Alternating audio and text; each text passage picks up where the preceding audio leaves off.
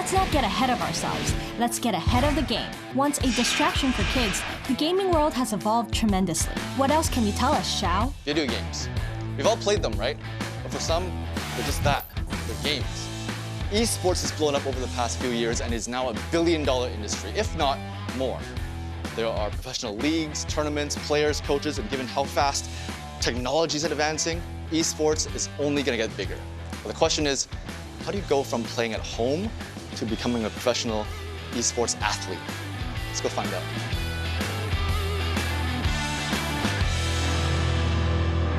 So Henry, I understand that you have a background in HR, Yes. but how did you transition from doing HR to esports? Because I have a burning passion, because of my parents, I think.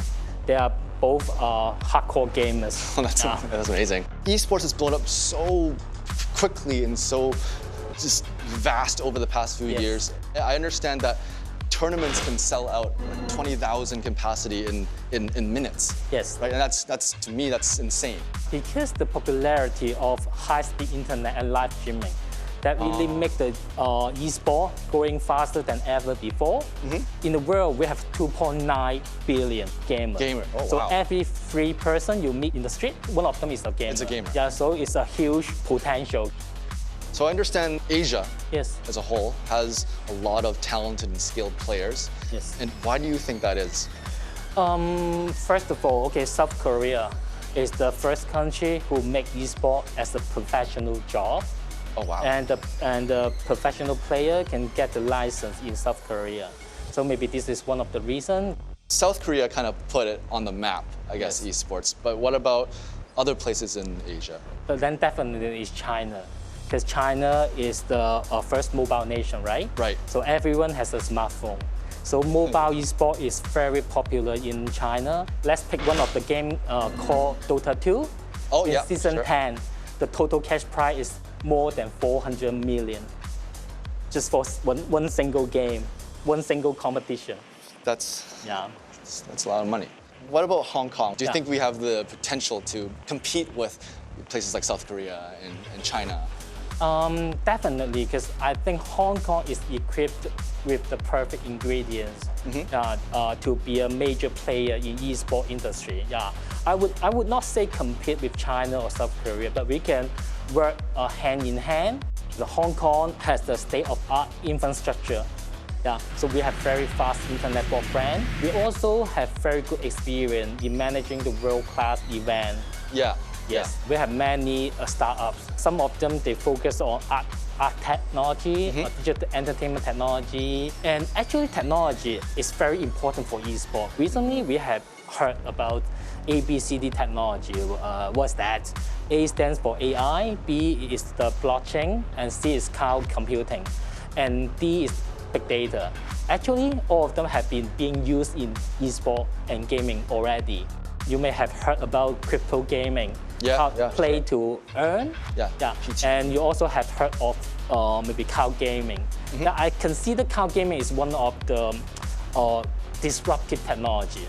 Maybe the e-sport industry is going to that way, because in the coming future, we don't need to buy a gaming console or PC in order to play the most graphically intensive video games. So as long as you have a smart TV connected to a high-speed broadband, you can enjoy the 4K or even 8K video game. The Hong Kong government invests 100 million Hong Kong dollar in the e-sport industry. They create an arena, the e-sport arena in Singapore. They also have launched different kinds of funding scheme for e-sport. For instance, they can apply for e-sport competition. And also they can use the funding to hire intern, to attract the youngest to give it a shot, see what's going on working in an e-sport company. The funding also lets us to send our staff to other regions to have some kinds of exchange, to let the people in other countries understand the potential of Hong Kong. This is what we usually do training for. This is one of our training rigs. So basically, you're seeing a curved widescreen monitor, and we have our PC at the back. pedals, wheels, a bucket seat with a standard rig holding all together in Right. piece. Yeah. A tournament like this, a racing tournament, do you have teammates? Yeah, because we need to have some kind of communications and teamwork involved in competitions and stuff. For our team, involving me, we have 3 teammates. My main role is usually supporting the 2 cars in front, which is the 2 teammates in front.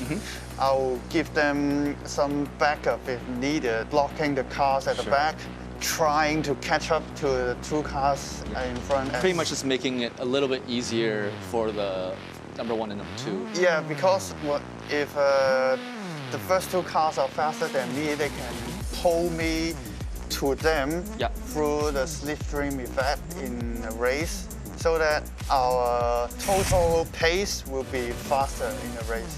What about yourself? What got you to become a esports athlete? I mean, I'm guessing you probably liked racing games as a kid.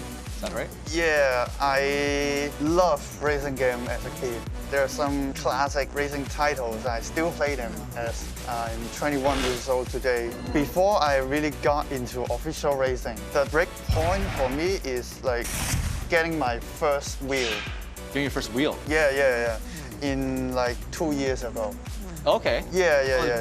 Kind of recent, 2 years ago. Yeah. I usually go to YouTube to watch a lot of videos. Research, homework. Yeah, homework and stuff. You need to like take every opportunity you can. Participating in more offline races or maybe some league racing hosted by other companies. If you don't participate in competition, nobody will know you. Yeah.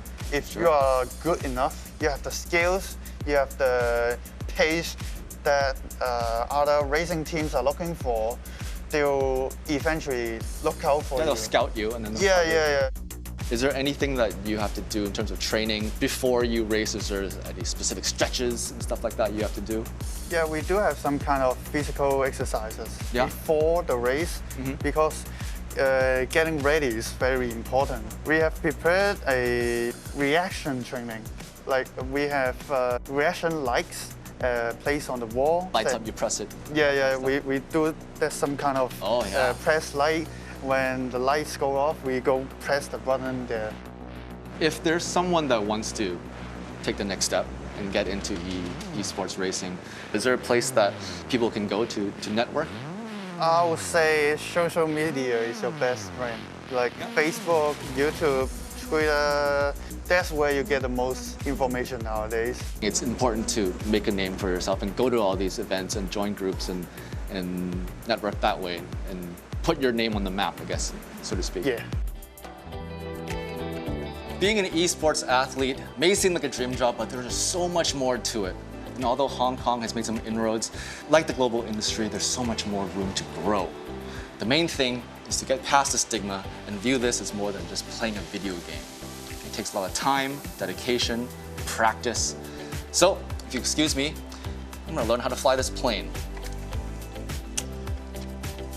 Okay, we have some speed and let's try and lift off.